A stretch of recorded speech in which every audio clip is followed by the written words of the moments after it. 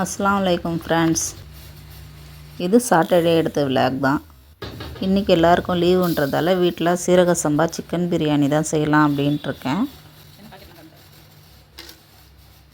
1 kilo அளவுக்கு chicken biryani, கத்திரிக்காய் raita, chicken சுக்கா செய்ய போகிறேன். சூடான எண்ணெயில் பட்டை லவங்கம் ஏலக்காய் போட்டு பொரிய விட்டுட்டு வெங்காயத்தையும் நல்லா வதக்கிட்டு தக்காளியும் போட்டு நல்லா வதக்கிட்டு இஞ்சி பூண்டு பேஸ்ட்டு க்ளீன் பண்ணி வச்சுருக்க சிக்கனை போட்டு நல்லா வதக்கி விட்டுட்டு நான் இஞ்சி பூண்டு பேஸ்ட்டோடு சேர்த்து கொத்தமல்லி புதினா எல்லாத்தையும் சேர்த்து அரைச்சி வச்சுருக்கேன்.